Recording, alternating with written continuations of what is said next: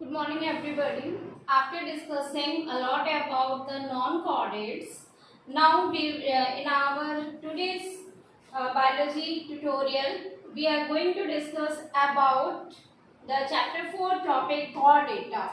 Chordates are mainly characterized by the presence of notochord inside their body and dorsal hollow nerve cord, inside which the nerve is passing in them. They also have the paired pharyngeal gill slits present inside their body. So here this is the main basic characteristics of a chordate, which shows the presence of nerve cord, notochord and paired pharyngeal gill slits. Here we can observe the picture of a chordate which is showing us its main features.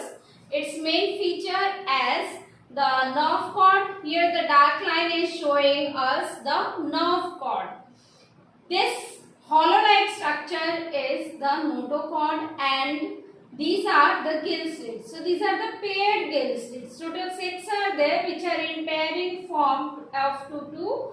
So these paired pharyngeal gill slits are also the basic characteristics of these chordates. Along with that, their body is elongated, so they show postal anal part. This is the postal anal part at the back side of their body. Along with these, the other basic characteristics seen in chordates are, as the body is elongated, so they are showing bilateral symmetry of their body. They can be divided into two equal half, left and right. Second thing, their body is also made up of 3 layers. So they are called to be triploblastic. Triploblastic means their body is made up of 3 layers as epidermal, mesodermal and endodermal layers. They have the true cavity inside them, which help in carrying the blood vessels, which help in carrying the blood inside them. So they are called to be coelomatic in nature. So this is the coelomatic nature of the chordata. Third thing is that their body is reaching up to the organ system level organization. They show different types of system composed in different organs inside them. And along with all these, which was not seen in the non-chordate, the special feature found in them are they show closed circulatory system. It means that their blood fluid, their fluid of their body is moving inside a vessel. That we can say that blood vessels. It is not openly present on the body. So because of this, they are called to be closed circulatory system. Here friends, we can see that these chordates are further divided into subphylum, because chordates itself is a phylum. So after that, it gets divided into 3 subphylum. These are Urochordata, Cephalochordata and Vertebrata. Urochordata and Cephalochordata are called to be Protochordata. Why? Because pro would stand for the primitively formed, and chordates which have the presence of notochord and hollow nerve cord in their body. So urochordates and cephalochords are the such kind of chordates which are firstly formed, primitively formed, and their features are slightly different from vertebrata. Vertebrata are later formed and still it exists in human being also. So we are vertebrata. So students, about vertebrata in details we will discuss later. Let's see the protochordates first. So protochordates like urochordata and cephalochordata are exclusively marine organism. They are not found everywhere. They are only found in seawater and oceans. They in which urochordates have the notochordates only in their larvae stage. Larvae stage, it means that when their baby are the larva. Only during that period of time they show the presence of nerve cord and notochord inside their body. Whereas again we will observe here a kind of evolutionary chain, a kind of development in the organism, that cephalopods are having this notochord and nerve cord in their baby stage, but they are persisting throughout the life. It means that it is found inside their body from head to tail region and persist throughout the life. They are not only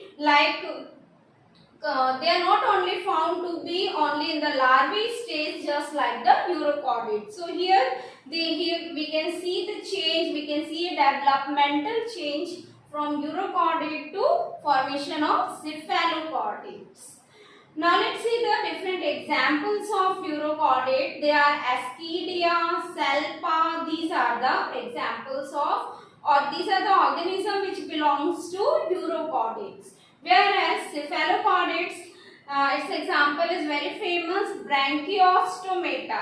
Students, the word a little bit you are feeling tough to pronunciate, but it is very easy one. You can break the spelling. Like always we are talking in biology, if you will break the spelling into simpler one, it will be easy to memorize the spelling. So branch you can write branch, Kios, IOS, and stomata. It is very familiar to you. Stomata, STOMATA. So now you can write down Branchiostomata. And the larvae stage of Branchiostomata is the Amphioxus. Amphioxus is the larvae stage of Cephalochordata, which is showing us the presence of notochord and nerve cord till throughout their life and extended from the head region to tail region. So these are the subphyla, urochordates and cephalochordates. The third is vertebrata. Student, vertebrata is mainly showing the notochord during embryonic stage to the death, and it is found everywhere from the cartilaginous fish to the bony fish and all the organisms. So it is also said that vertebrates are a kind of chordates, but all chordates are not vertebrates. Is it okay? This is very important question which is generally asked in exam. So students, these urochordates and cephalochordates are protochordates which are showing a difference from vertebrata, and they are not called to be vertebrates. They are not shown to be the vertebrates. Yes, now let's observe the difference between non-chordates and chordates. Students, about non-chordates we have already studied. These were poriferans, coelentrates, cnidarians, also called to be Ctenophora, Platyhelminthes, Esculenthes, Annelida, Arthropoda, Mollusca, Echinodermates, Hemichordates. These all are non-chordates. Now, chordates are including, recently we have discussed that cephalochordates, urochordates and vertebrates. So, let's see first the differential points between non-chordates and chordates. As we know that the major thing is chordates are characterized by the presence of nerve cord inside their body.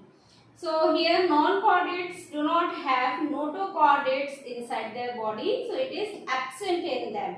Whereas in chordates the presence of notochord is there. Now in non-chordates, central nervous system, I have written the short form CNS. Central nervous system is present in the ventral side. Ventral, students, we have discussed already in starting of the chapter. Dorsal is the back side and ventral is the front side. So in non-chordates, central nervous system is ventral side in the front portion, which is solid or double in structure. Whereas in chordates, the central nervous system is present at the back side in this region, that the dorsal view. Okay. Dorsal, it is present in hollow bony structure and single. single. Like we can say that our spinal cord. Spinal cord is just like our central nervous system is located inside the spinal cord and it is hollow structure, and presently nerve cord is single in it. Now the gill slits are not seen in non-chordates. They are generally absent.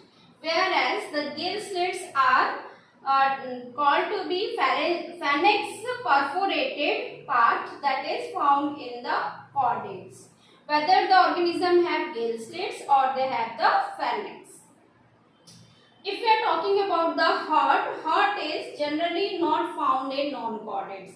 But in octopus or some of the echinodermids or molluscs, heart is present. So it is present in the dorsal part. Again, where? At the back side. In non-chordates, they are present in the dorsal side. Whereas in chordates, heart is ventral side. In the front interior portion, heart is present inside them. Tail, that is post-anal part. This is not seen in non-chordates. Whereas the chordate shows the post-anal part with a bony structure as a in their body part. So we can say tail is present or tail is found in chordates. So students, this is all about our today's class about the characteristics of chordates. In the next turn, we will discuss in details about the vertebrates.